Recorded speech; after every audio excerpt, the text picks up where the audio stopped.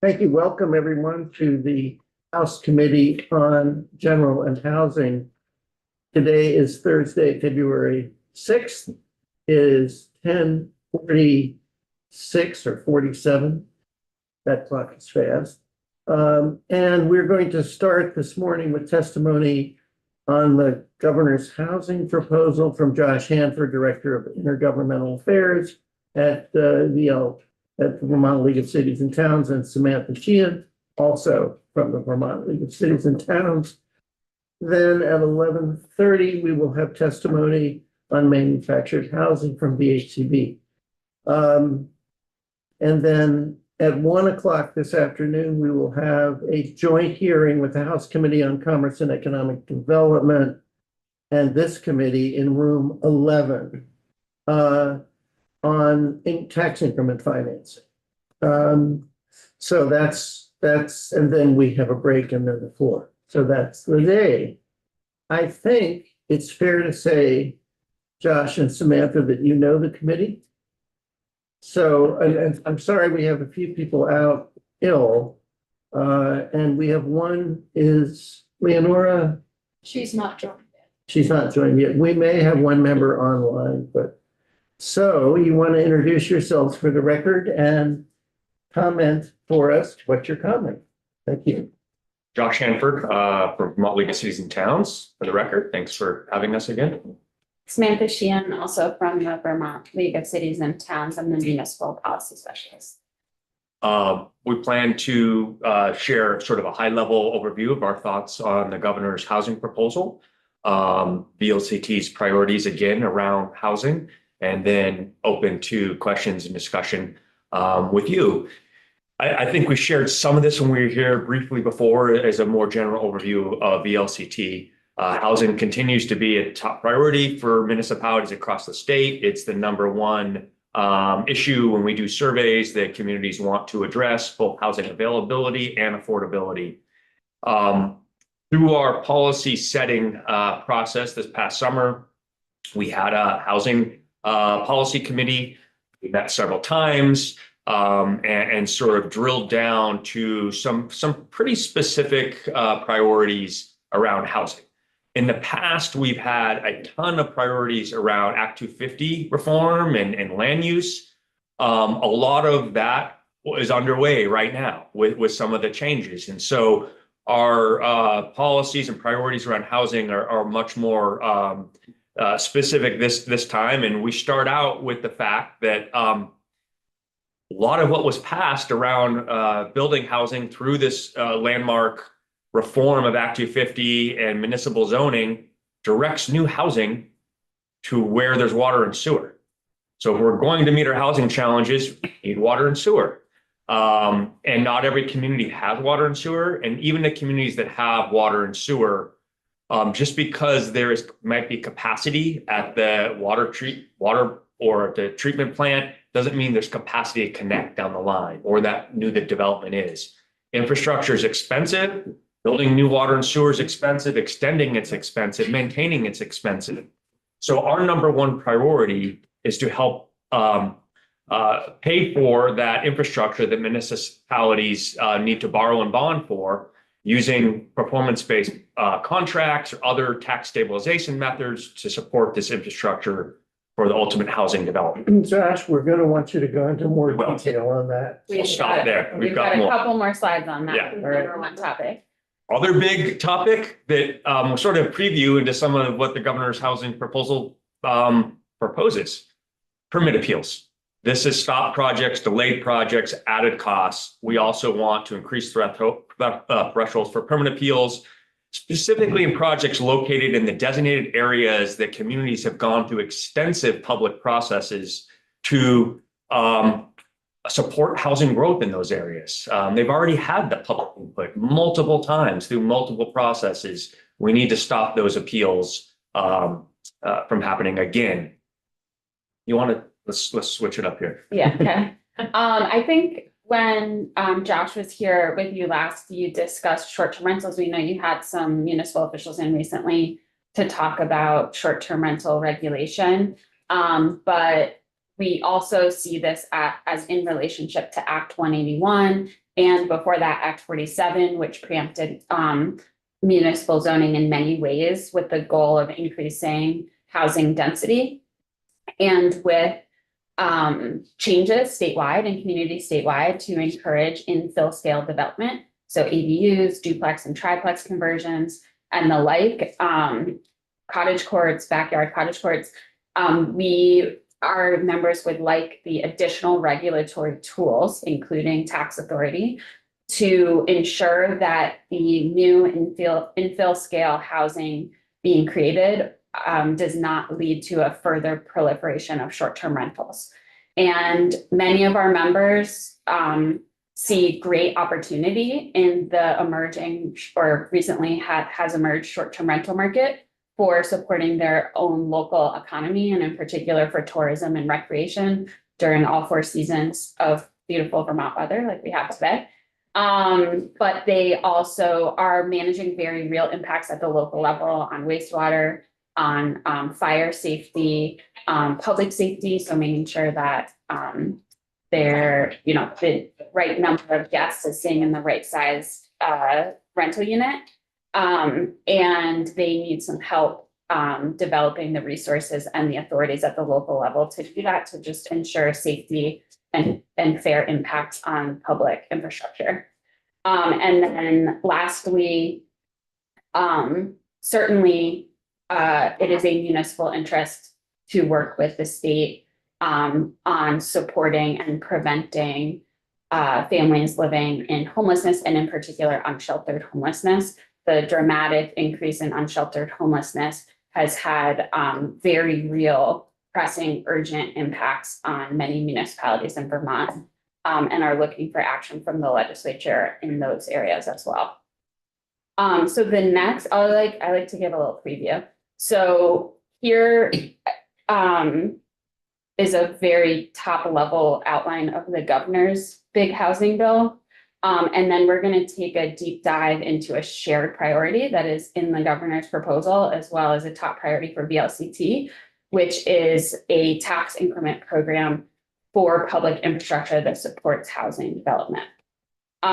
So I know you heard from Commissioner Farrell recently, so I'll just run through these bullet points really fast, but we see sort of 4 categories of, frankly, agreement with the governor's proposal.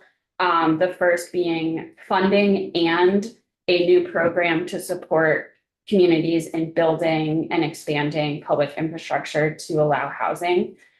Second is funding directly to programs and housing partners for the purpose to build and revitalize existing properties, including mobile home communities. Third is further reforms to both permits at the local and state level and to Act 250.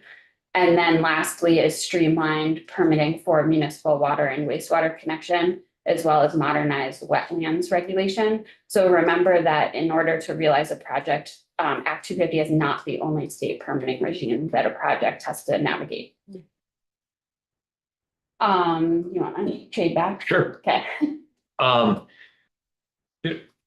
It's a reality that to save taxpayers and ratepayers money, we need to grow the grand list. That's where we raise more tax revenue that we can put to good projects we need. And if we're not building more, we're falling below. I think you've seen statistics about how over the past years, we've seen our housing building not increase. In fact, the natural rate of losing homes to fire, conversion, disrepair actually means we are probably losing net homes across the state. So we need to grow. We need to grow in a responsible way in the right places, and that brings in more tax revenue. This is what I was alluding to earlier, because you said so. We need this infrastructure because in Act 181, it binds the future housing density to municipal water and wastewater services statewide. So unless we've decided we're only going to grow in the places that have it already and it meets all the needs, then we need it. We need support to grow the infrastructure to build the housing, because that's what we all agreed to. I mentioned this before, often there's capacity at the plant, but not on the line. And there's a lot of communities that their engineers are having to have very hard conversations with great housing development proposals to say, yeah, you have water and sewer. Yeah, we have water and sewer, but we can't connect you. We can't connect a 30-unit building there. It's going to be $5 million in pump upgrades and line upgrades. And so I know the new law says that we need to now support your size of building in this place, but who's paying for our infrastructure? Question. Maybe it's coming up but I'm just wondering, over the last year, when we were off session, met with a lot of developers and other people in different cities and towns who talked about some of the ways they would like to address things that fell short now that they've seen the bill kind of unfold. Do you take list of some of those things where we could kind of continue that work to make things better now that we've seen how things have panned out, or do you think it needs more time to? Are you thinking like technical corrections to some of the density Yeah, requirements? or just like, we had one community that they had water and sewer across the street, but not, in the Shelburne situation, like things like that. Are you paying attention to some of those things from your members? I mean, we certainly hear from our members are municipal officials, but in many cases, we have the opportunity to talk to builders. A lot of what we hear about Act 181 implementation comes from zoning administrators, Okay. they're the ones who interface with the permit applicant. And I think one thing that is important for you to hear is that municipalities are still in the process of implementing 181. Those that have professional planning staff were able to quickly come in line. Others already were, many, Fairleigh, Burlington, Winooski, South Burlington, the list goes on, Waterbury had gone through ambitious upzoning ahead of Act 181 and 47. But others are literally waiting for the RPC planner to come to their planning commission so that they can take a look at what is being asked to change and whether or not they want to go further or do more in terms of density bonuses, setbacks, etc. Okay. But what we hear is it's generally going well, and in particular because of the exemptions, that housing projects are able to move forward as this process goes forward with the LRB as well as at the local level, because the exemptions are very productive. Very clear what. Yeah. And that is giving people certain. No, that's great. I Yeah. just want to make sure that we know where we can continue to build on those things if there were issues or other things, but.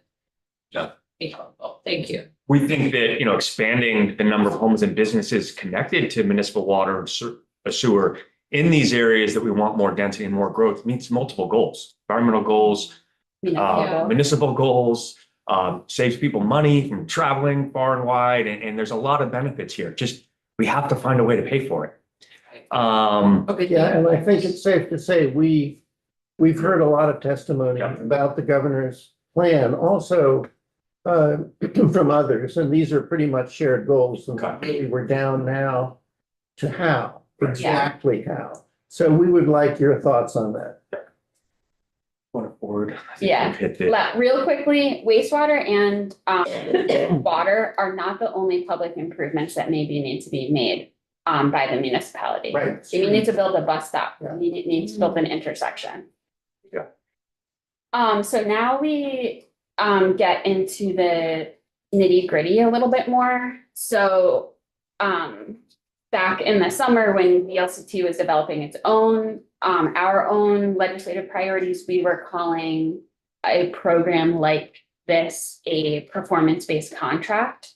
It's important to know those exist in municipalities across the state, although they're very resource and labor intensive, and they're like a one-off agreement between the municipality and the developer, and sometimes other stakeholders in the community as well.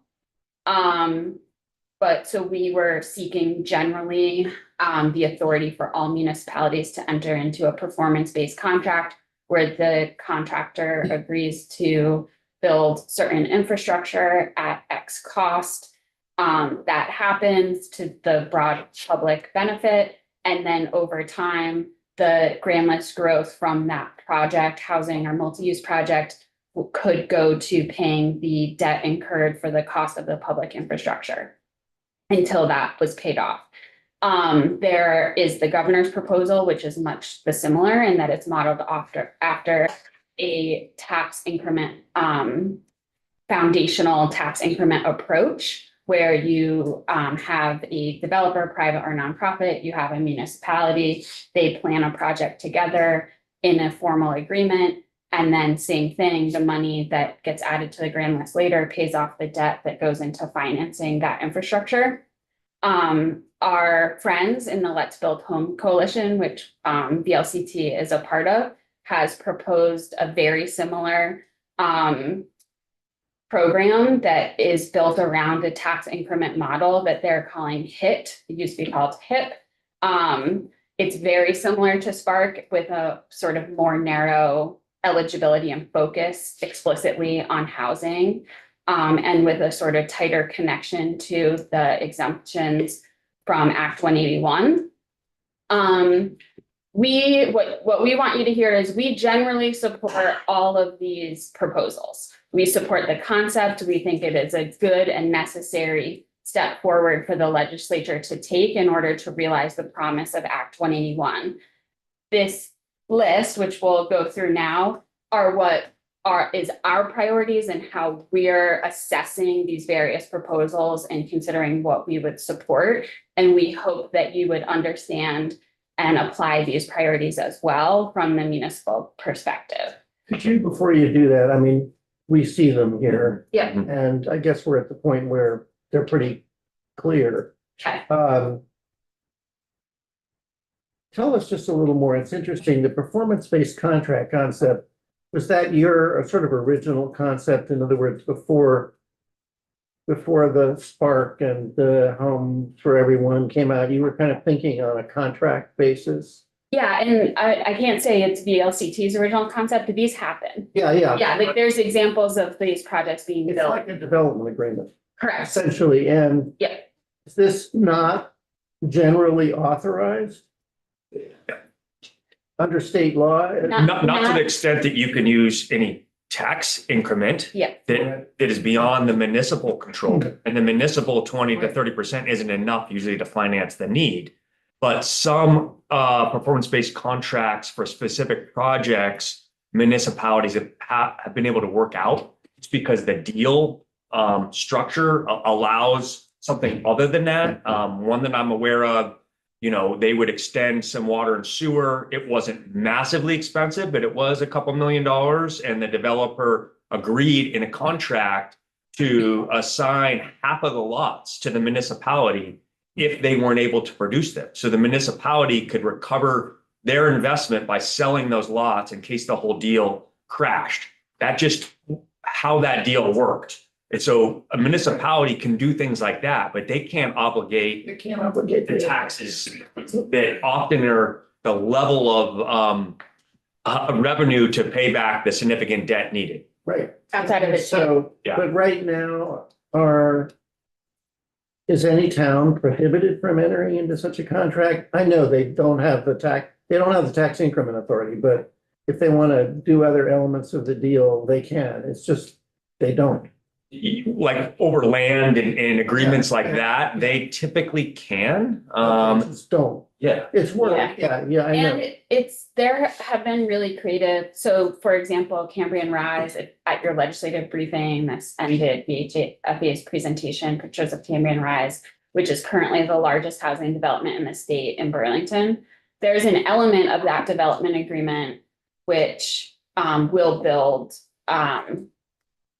a better intersection on North Ave, which is necessary because of the density being built. The contractor is obligated to a certain amount of work and cost, but that's sort of like that's great. That's great for the city of Burlington. That's great for the developers and the future residents of Cambrian Rise. But that's sort of like a creative problem-solving deal negotiation that may or be able to be replicated by other municipalities looking to accomplish the same goal. What we're looking for is a more well-defined, accessible program that municipalities of all size supporting all types of housing development could utilize to meet their local goals. One of the concerns that we've heard is that TIFs, whatever you call it, how do you do it? That they're quite intense, they're labor intensive, they're administratively difficult.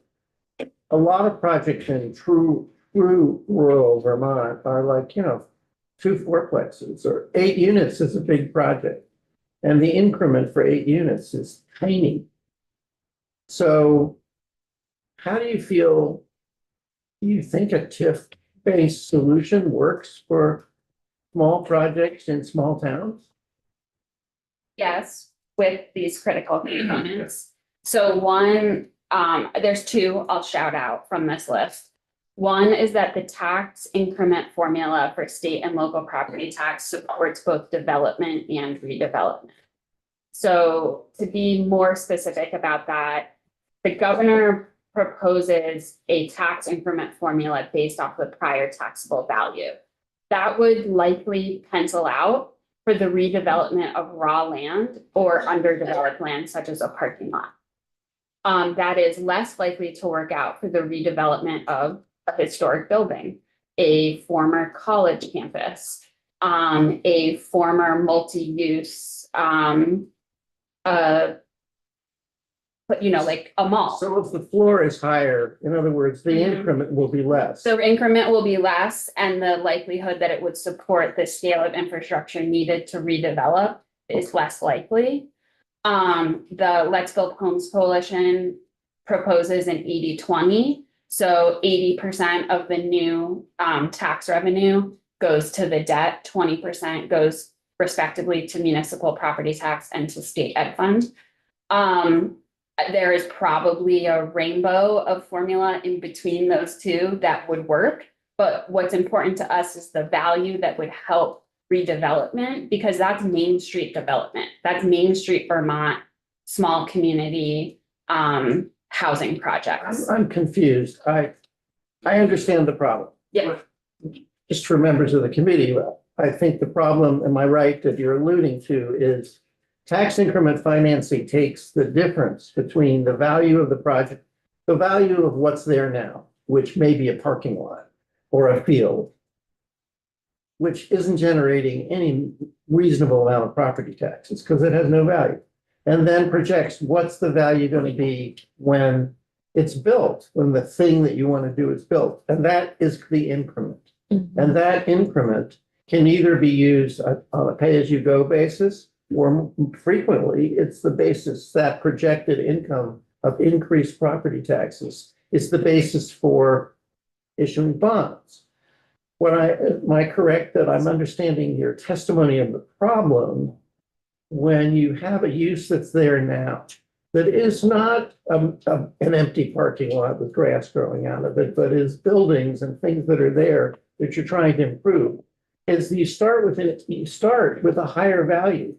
Correct. So that the difference isn't that great. What I don't understand is what the solution to that is. So sorry, go ahead. I mean, one solution is incentives. We do it all the time Yeah. with deals that don't work.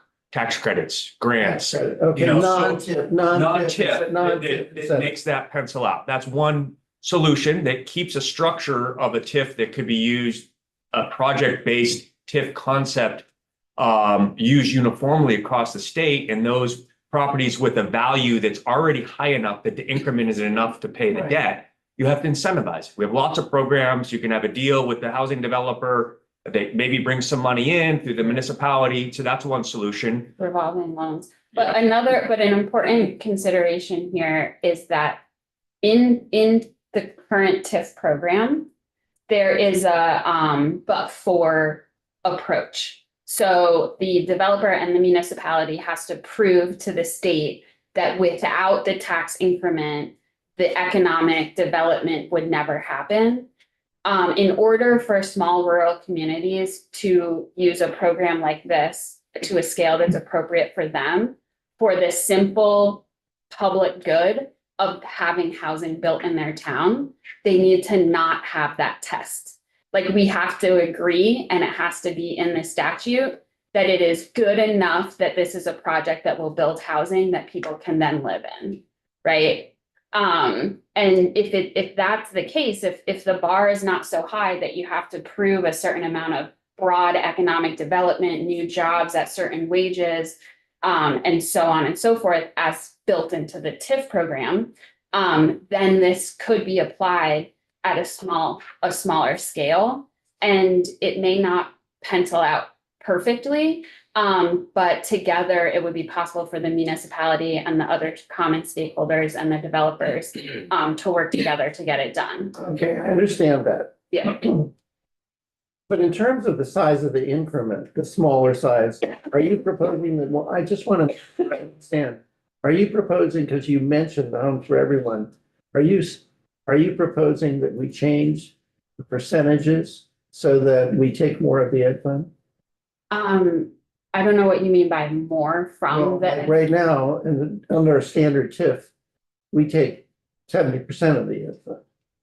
Right? Well, or you could say you contribute 30% to Yeah, the. yeah. You Yeah. leave Yeah. 30% with the ed fund, Yeah.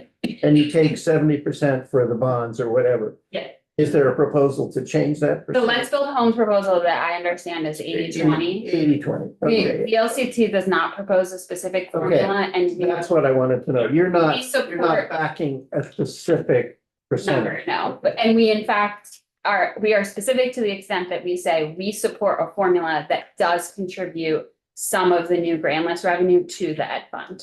Got it. That's a key component for us to support. And to get to your other point, that current TIF structure is rather complicated and seems unachievable for smaller communities. The last bullet is we need to pair whatever we do, if we really want to serve municipalities across the state, with technical support for municipalities to get this done, to have the financial understanding of the deal and to get through the processes. That can come in a lot of different forms, but it's got to be part of whatever this new solution is.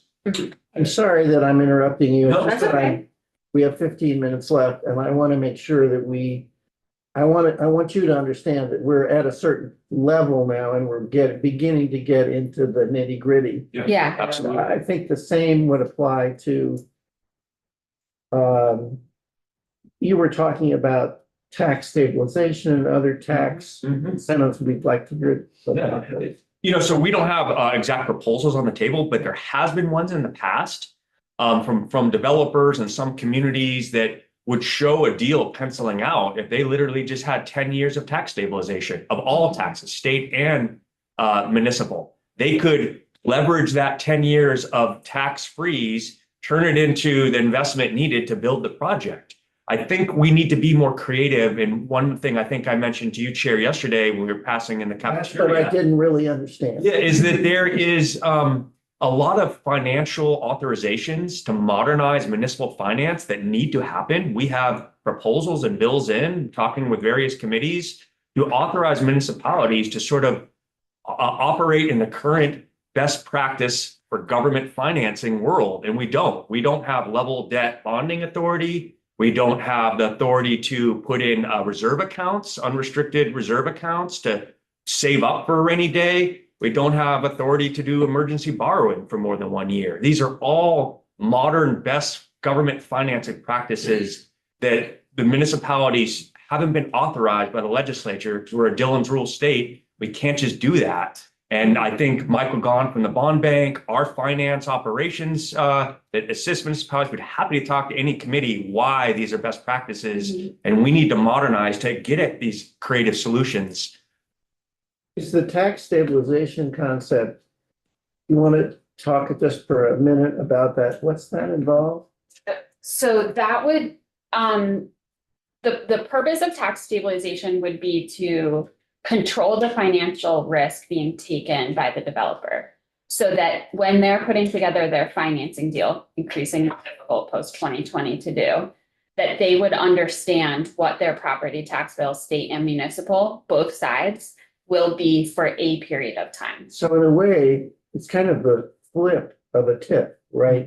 Instead of taking the tax differential Mhm. and bonding it, you're saying there ain't gonna be a differential. We're gonna hold your taxes either flat or down for a period of time. Mhm. How does the developer capitalize that? Because they know what their ongoing costs will be once they give keys to people that move in. And so they know what their ability to. So pay when they down do the their debt pro for the forma. Construction, Yep. which, When they do their pro forma, which is their spreadsheet, one of the lines in the pro forma is gonna be less, one of the lines is tax expense and it's just less. Mhm. And they're able to, obviously borrow more. They're able to leverage that to, Okay. yeah. And, there's a developer in Southern Vermont that really put forward a comprehensive proposal on this. I could dig that up. It didn't get any traction last few years, but, had a couple projects modeled out that this 10% increase, but it has to be all taxes. And municipal isn't enough. It would have to be the whole Yeah. thing, yeah. And in this same sort of concept, when municipalities are asked to abate projects because the house was damaged for a flood, it was a fire. Once again, the municipal portion of the taxes isn't really enough to benefit the homeowner. And we don't have the authorization to give away the state education tax that the municipal has to pay regardless. So these concepts have to work together. I just want to say we Thank you. support, That yeah. explains it. I understand. Does the committee understand we're essentially, tax stabilization is sort of the inverse of a tip. Inverse of a tip. Yeah. Yeah. It's just saying, there's not gonna be tax. An increase in Tax tax at all. increase, there will be Increase, yeah. tax, but not an increase, but that does not help the municipality pay for the infrastructure to enable that. It's have to be state. Yeah. Right. But it would only really work if it's longer than 5 years. The length of the financing required to build the project. Yeah. Yeah, so for like a duplex conversion, I don't know, I ask a contractor, maybe that's 5 years, but to pay off what it Yeah. Usually costs. 10-year debt. Yeah. Years is sort of the minimum I've Yeah. heard. Yes. But for, like a 20 unit half hotel development on Main Street, I'm sure that would be much more complex. Yeah, Can I ask you another question about permit appeals? yeah, we have a whole little city on appeals right here. One of the. Okay. 90 days is an appropriate timeline to resolve appeals. You mean in whatever body the appeal has occurred, Correct, right?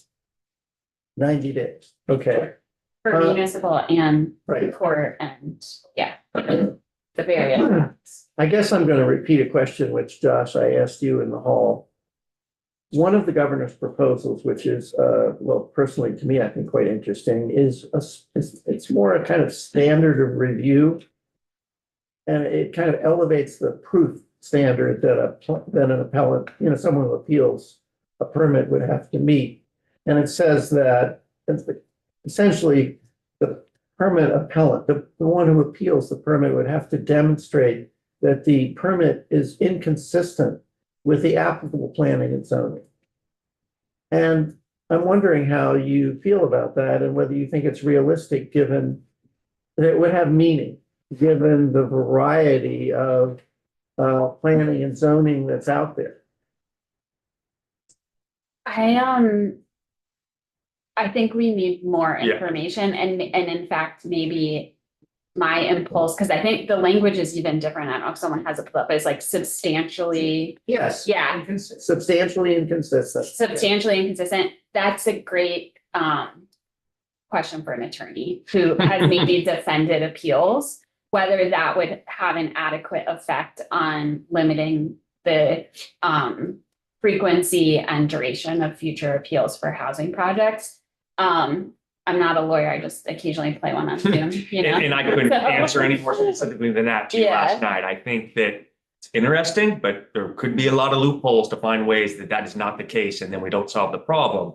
VLCT has long supported the elimination of, when it was 10, now it's 20, that to eliminate all folks that don't have an immediate abutting property or interest. Once you've gone through, as we've said, multiple public democratic processes to make the decision in town plans, regional plans, ordinances, zoning changes, permit approvals, there's numerous opportunities for the publics to weigh in and be heard. when we get to the point where it's being built, you have another chance. It seems like it's overkill at that point from our perspective.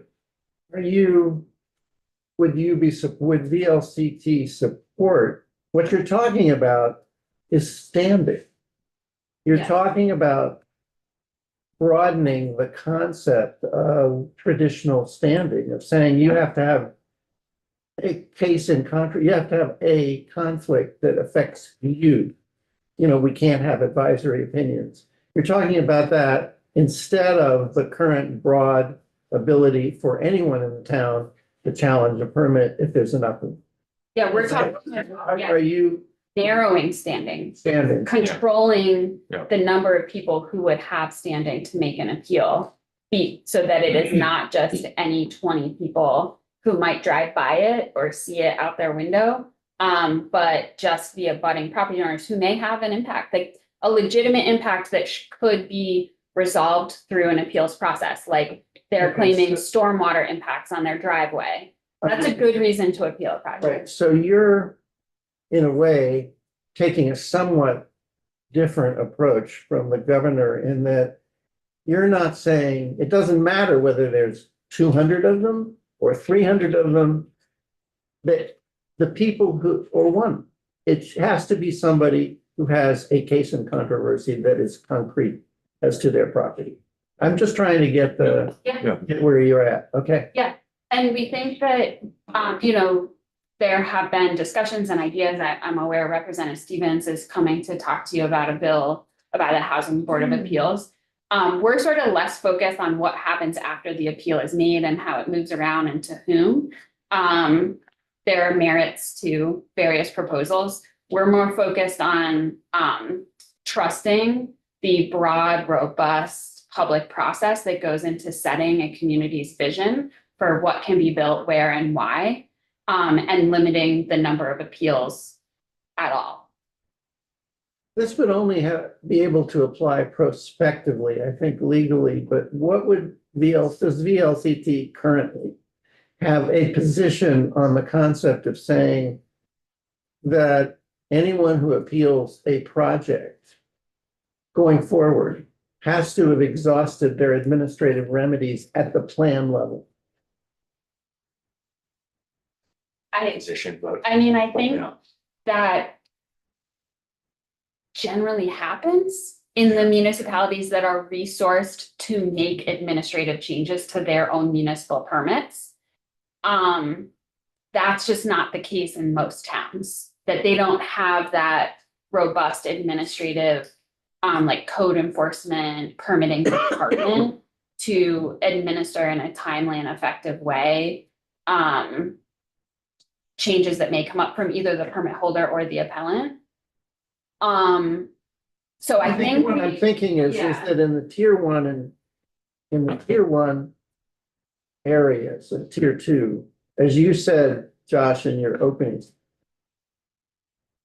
towns are gonna have to go through they're gonna have to do some work in the future, right? And they haven't done it yet. They're gonna have to make demonstrations. They're gonna have to apply, right?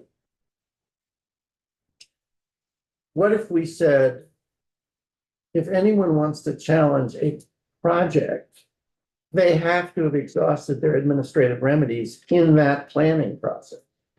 So like if they never went to the DRB to Right. complain before the Right. permit was issued, No, then they would, well, that, yes, okay, that's part of standing, usually. You have to have exhausted your administrative remedies for the project. That's part of standing. I mean, that wouldn't be a huge departure to say that if we were following your approach of saying, we want to say, you have to have been damaged. It's very typical to say, and you have to have exhausted your remedies you have to have protested. You have to have appeared. You can't just come out of the blue after the decision has been made. You have to participate. What I'm asking is, have you ever considered the possibility that we add that you have to have participated in the determination on the planning determination? If you didn't appear on the zoning and you didn't appear on the planning, yeah, then you don't have standard to protest projects under it. I don't think we can I don't answer know. that. Yeah, we'd have to check Yeah. with some Just second, attorneys. Because I'm that not- plan use. Yeah, what? Sorry. I'm just sort of thinking, Just checking. yeah, I'm I'm trying thinking to like, you to but probe does the that mean- limits of where you guys are. yeah, just where I'm going with that is like, then is there a liability in the municipality if they didn't have? Like, does that push the requirement on the municipality side to build in more process in order to create a Okay. zoning or ordinance change? Right. And if so, I think we could, yeah, That could be a that problem. doesn't help us do the thing we're trying to do, which is build housing quickly. Yeah. Let's. Should we skip to the programs that were funded and how we feel about these? Yeah. Well, and let's take another 5 extra minutes since I've been obstreperous and asked you so many questions. Go ahead. Yeah, I think it's fair to say that we're in support of these programs in the governor's budget that build housing, that rehabilitate housing, support mobile home communities, offer new tax credits, brownfields. If we're going to build in these places, we need to clean them up. That's a win-win-win from lots of folks' perspectives. So there is broad support from our members for these programs and what they do. And feel that they're impactful, that in setting some of these as permanent programs means that we can count on them going forward, and we can point municipalities to these programs and have some confidence that they're going to be there, and don't rush and worry that this is going to expire. I think the VHIP is someone that's been around since the very beginning of that. It's been hard to realize its full potential with having one-offs every year and having to redesign it every year and not have some sort of permanency there.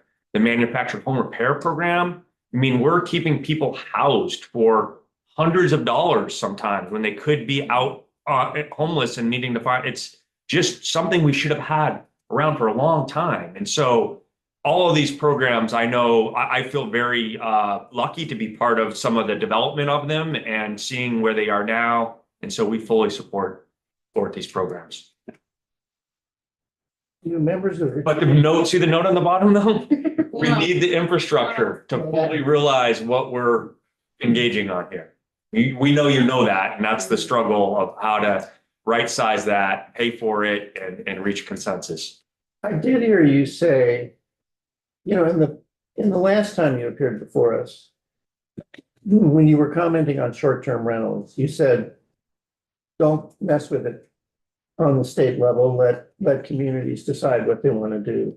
But I do hear an exception, which when you were talking about that new housing should not be short-term rentals, that would take legislation, right? I think what we're saying is we're fearful of all this new housing density support. If there aren't the right incentives and ability, majority of it turns out to be short-term rentals. And in maybe some communities, there's a need for short-term rentals, others there isn't. And municipalities have some tools to regulate short-term rentals. We can add a registry, we can add an inspection, we can, have some enforcement. But what we can't do in a way that the state has is actually tax them to mitigate the impacts and help support more affordable housing, help down payment assistance. We can't mitigate the impacts by collecting revenue from them other than the 1%, which we share with the state 70-30 right now. So it's really, 0.7% of the impact of a short-term rental on our community that we can reinvest to mitigate the challenges. So you're proposing authority to tax, like Burlington did, but they did through their charter. Correct. Yeah, they have a Yeah. 9%. Yeah. And that 9% Burlington chooses to put to the housing trust fund, who's now, Yeah. raising almost $1 million a year. Right. Other municipalities just want money so they can have inspectors go in and check fire code to make sure that the short-term rentals before they become available to rent are fire safe. Yeah. Buildings. Yeah, I mean, I think you're aware, the 3% surcharge that was enacted last year on short-term rentals only, but that funding is going to the Ed Fund. the communities that are hosting short-term rentals, and some maybe more than they would like, others they support more, they're not able to benefit from those short-term rentals in a way that they can invest back into their community and mitigate the impacts without some sort of authorization. And communities that choose to offer a 1% rooms and meals tax, they also are impacting their major employer. If there's a resort community in an unfair way, when they see these other impacts, it's even a transportation impact. People are driving on roads more, larger trucks, SUVs, and they can't recoup any of that revenue to put back into their community with the authorization that exists now. Have you developed language on this? We could easily, change the 1% option tax on rooms to allow a short. I think we would appreciate. Yeah. If you have a specific proposal, we'd like to know it. Okay. You have a question? I was Well, just just gonna a ask, kid- are the slides gonna be available? Yes, these Yeah, I'll slides send are on our them. website. Yeah. Those are not there. Oh, they're not on our No, website? We'll send them Okay. right here. Sorry, Yeah. we hopped around. We're just making sure we didn't miss anything. Miss anything. Oh, that was it. That's it. Okay, yeah, very much so. Very helpful. And thank you so much, and I'm sorry that we're time limited, No, that's and okay. we may be in touch. But We hope that look there's forward to lots your- of more a conversation around housing and how we're going to pay for this infrastructure to support more of it. So thank you for your time. Thank you. Thank you. So we'll stay live here. Yeah, I'd love to move on. Just because I can't see. yeah, I moved We them could put them to, on top of the mini for, or they, sorry, I just like to see the witnesses. now can you see? All right, Thanks, sorry. thank you. I was just like, Thanks a lot. Thank for you. coming. I don't know if she'll. Question.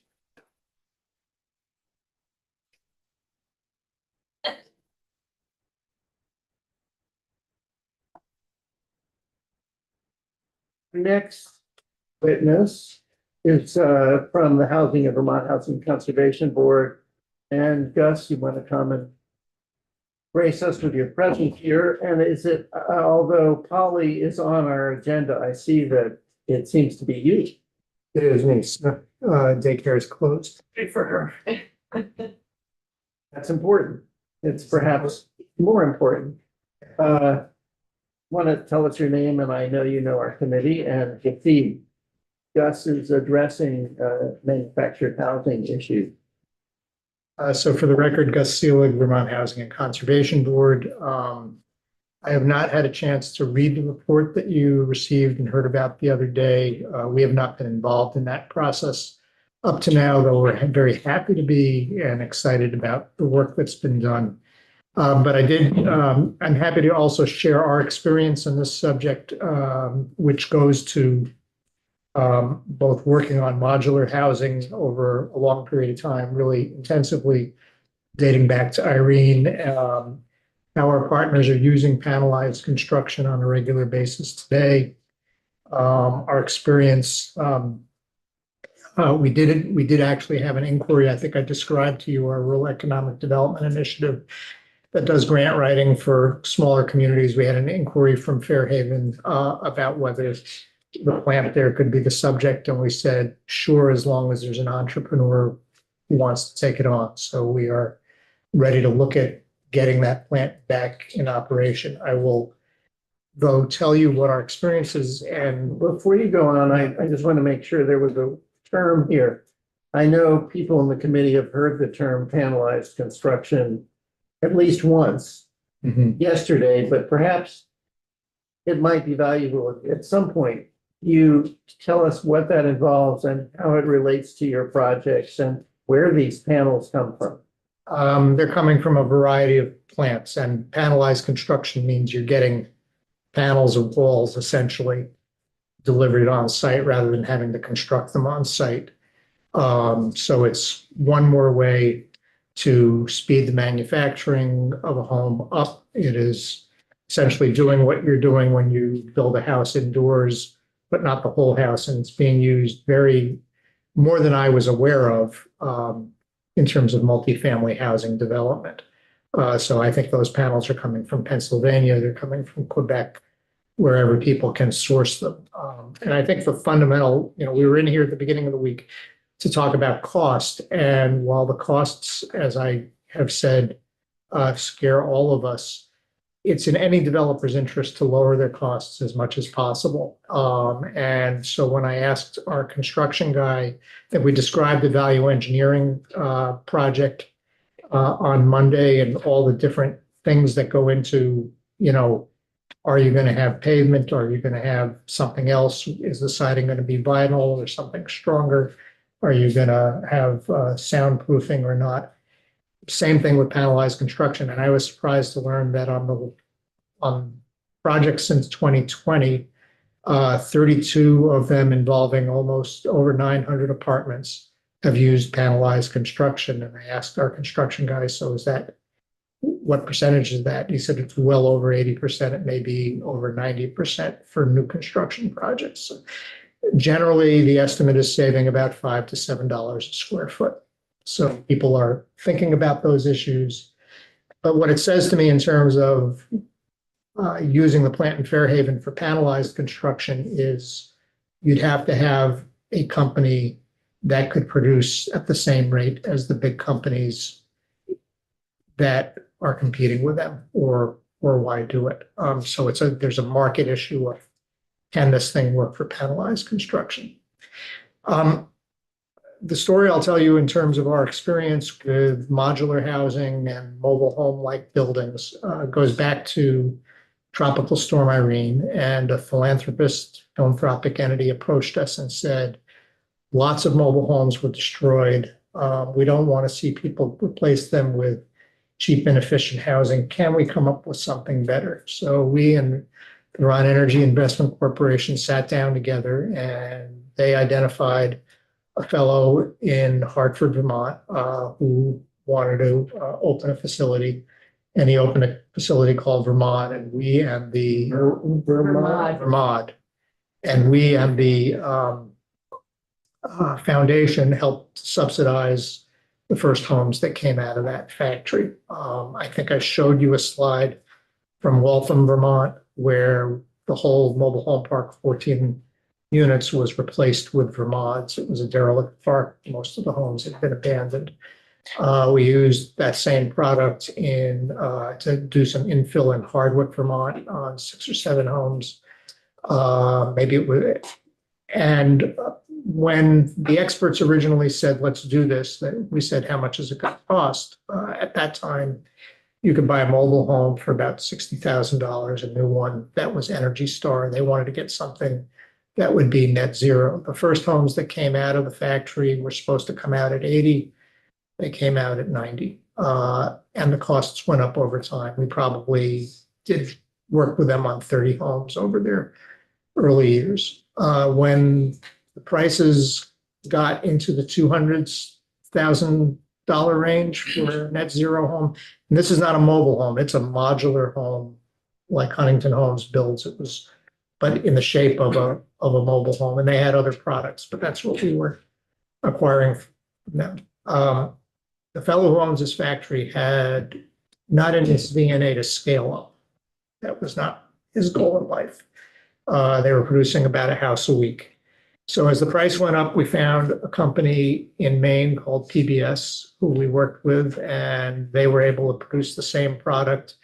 They're producing probably closer to a house a day there. And we bought a number of homes from them that also went to a number of mobile home parks around the state at a cost about $30,000 less.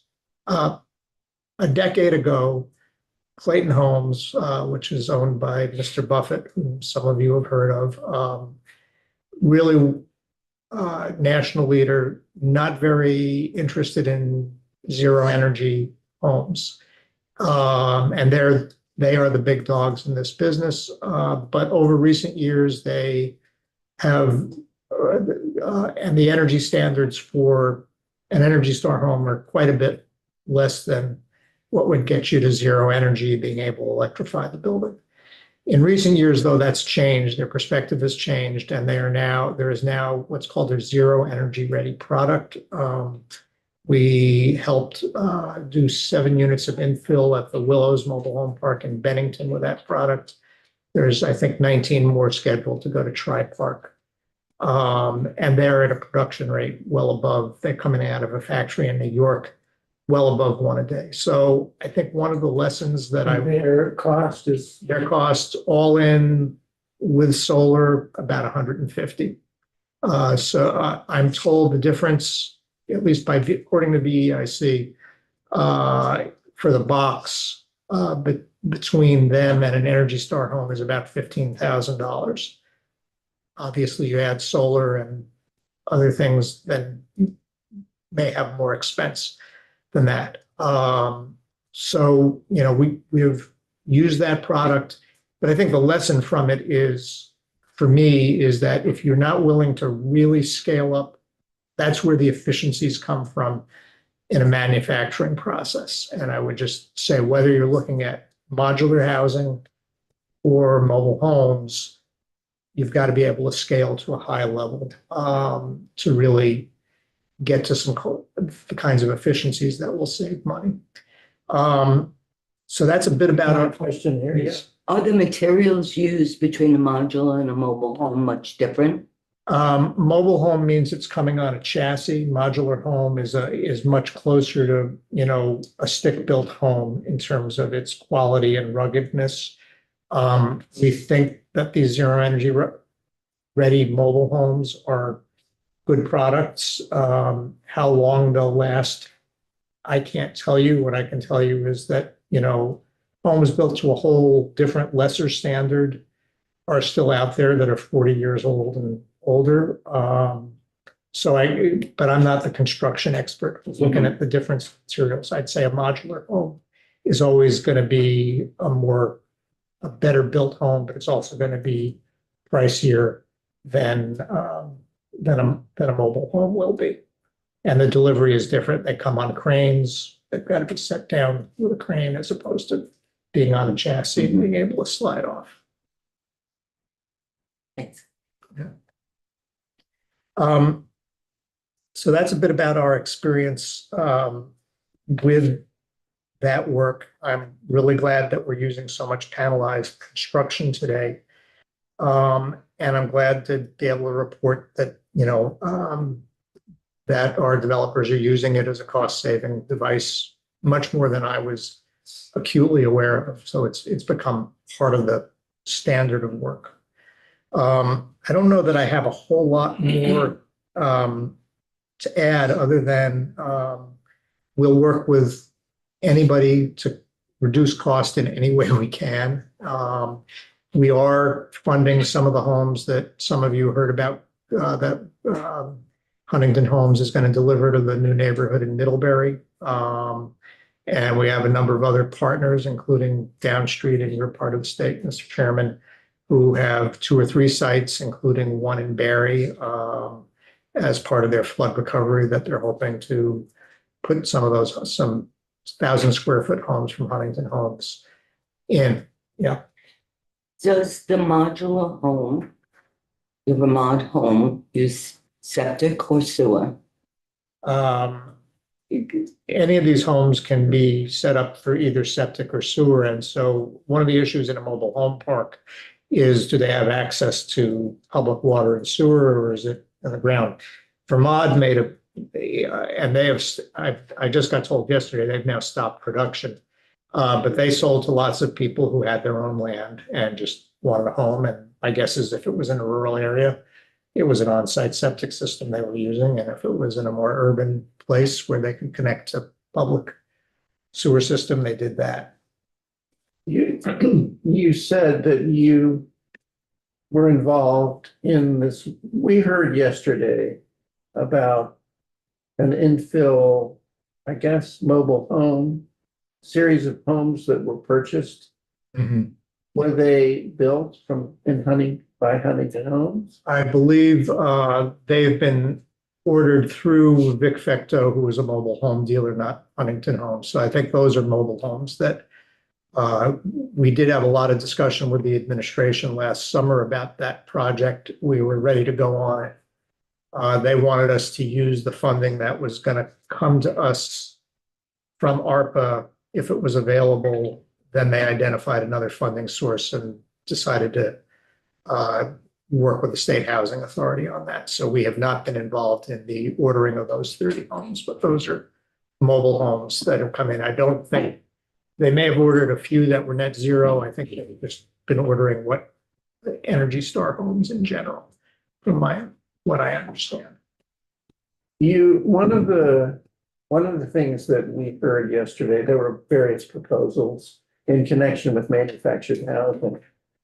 One of the proposals in the report, which isn't ready to operationalize yet, but nonetheless, one of the proposals was that that what we needed was a bulk order of, let's say, I think 100 to 200 homes.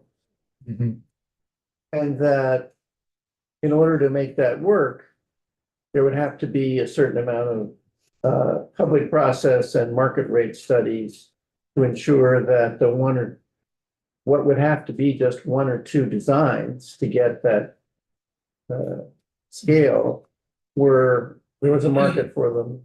And then that a nonprofit or a for-profit builder would pledge to buy those units, and the state role would be some sort of guarantor to facilitate it. Do you have any comments on that thought? It isn't ready, as I understand. We heard that it needs to be studied more and operate, but do you have any thoughts, preliminary thoughts on that? Well, if you ever watch HGTV, and I know you don't, Mr. Chairman, and you watch any of the house flipping shows and real estate shows, people get really fussy about what it is they want in their home, what kind of floor plan, all of that.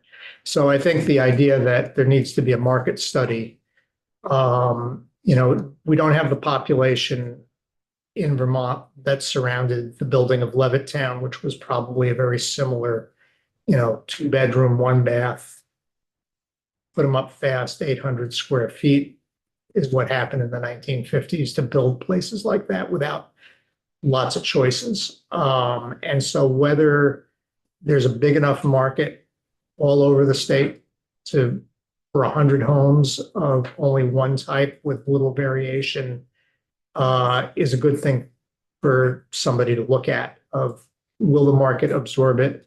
What level of risk if we're going to provide guarantees? I think the other question is, if what Huntington Homes or a similar company can do is to deliver a home that's going to cost $500,000 or $600,000 and it's between 1,500 and 2,000 square feet, how much of a market do you have for that? And how much is the public willing to write down the cost of that home?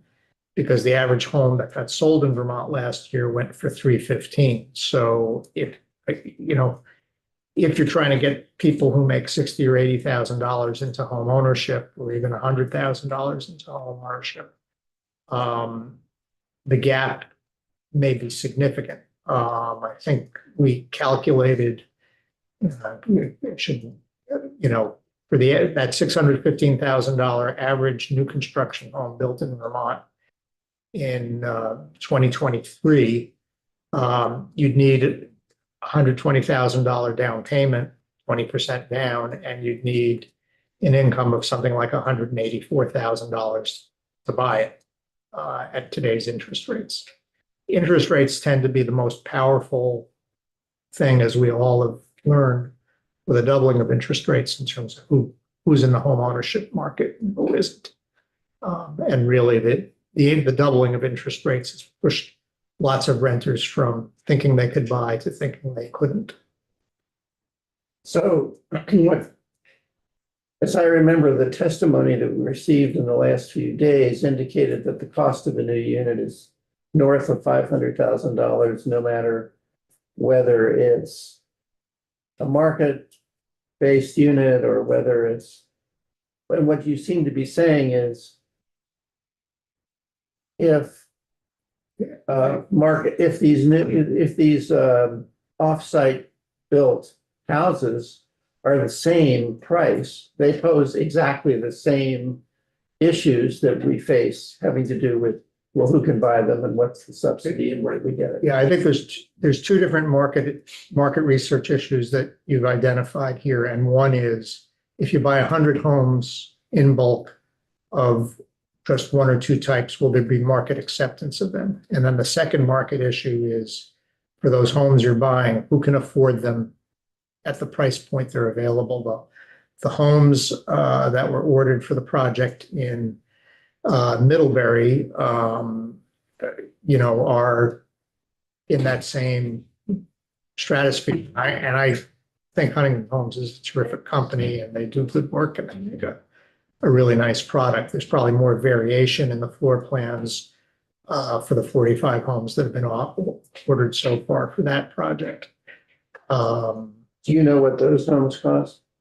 Well, we and VHFA have both agreed to subsidize some percentage of them. So with the subsidies at the lowest point, you get into the mid 200s and some in the 300s. But for the market rate units, I think they're in the mid 500s to 600. I don't have those numbers in front of me, but I can get them for you. Any further, please?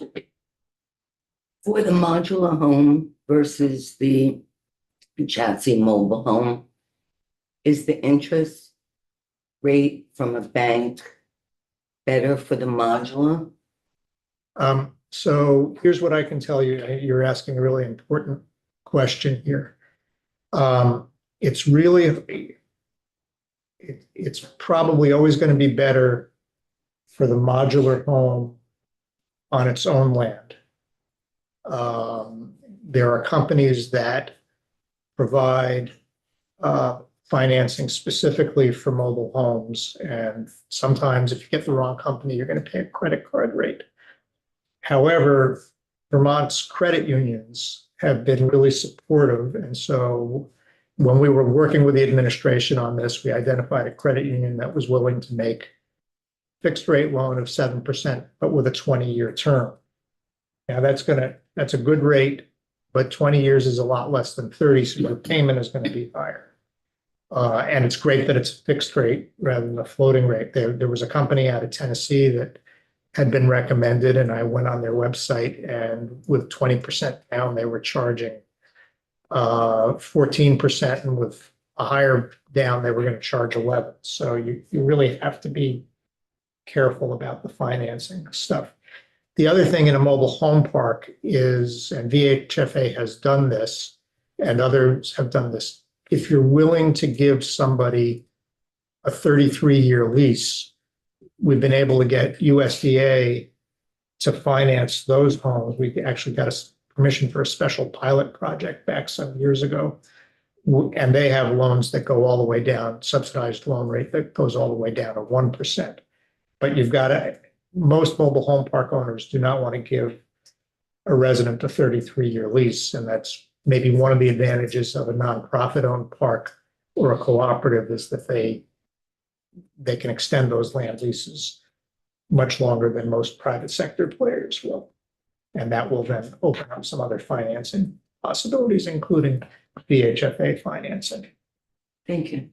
Do the committee members understand? I just want to make sure that in a mobile home, you own the home, but you don't usually own the land. In a park, you don't own A the mobile land. home park. They're about, I think, and Chad, I don't know if you know the numbers, I think close to half of the state are in parks and the balance are on privately owned land.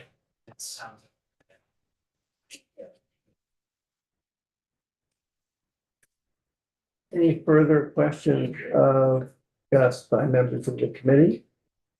Gus, is there anything else you wanted to say? I think the only other thing I'd say is I think it's a terrific idea to do infill in parks. I also think that we need to, Mobile home park. yeah, because the parks are there. I think we do need to look at what's the quality of the park, what's the infrastructure level, is the owner taking good care of it? And then the last thing, if we really make a big investment in a mobile home park, if we give somebody, if we put 10 or 20 homes in a park, under Vermont law, currently, residents, if a park owner decides to sell, residents have the first option to buy it. That has to be exercised pretty quickly. So if you add 10 or 20 homes to a park, you fix the pads, fix the infrastructure, you're going to have increased somebody's cash flow by $40,000-$50,000 at 10 homes, twice that at 20. And so I think something to think about if we go big on this is, do we want there to be a discount for the public investment rather than somebody decides 2 or 3 years after their park has been expanded that it's now going to appraise a whole lot more because it's got more cash flow. And then the residents are going to be faced with having to buy the public investment, if you will, if that makes sense. So you're saying if you have two parks, they're both privately owned, let's say they're the same, just for discussion. Park number one doesn't get any public investment. And you're saying that when the residents want to buy the park and to make a cooperative, the price will be negotiated based on income that the park generates. And in case number two, if we invest public money in that park to make it have 10 or 20 new houses, the income generated after that, which is an advantage to the owner, will be higher. And so if the residents want to buy it, they'll have to pay more. So in return for us having invested public money, the park owner gets more money, but the residents have to pay more. Right. I'm saying that's what we, and I am not troubled by a home here, 2 homes there. I'm just saying if you end up going big with a particular park owner, there ought to be some negotiation about if they sell in 5 or 10 years, what the sale price would be. At least if we're making the infrastructure investments, which I think is part of what we're doing here. Like the shared equity arrangement.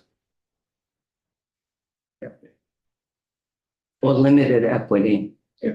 Is there authority or who would be for whatever entity is putting the mobile homes in, is there an authority for them to negotiate that, or is the state legislation necessary? Well, certainly if we end up playing a role in the next round, we work on those issues, and I think we're authorized under our statute. If somebody else is taking the lead on it, maybe you need to think about what you ask of return for making more public investment. But Any other questions of Gus? Thank you so much for your testimony. okay, Thank you. all right. Well, So we reconvene at 1 o'clock in room 11.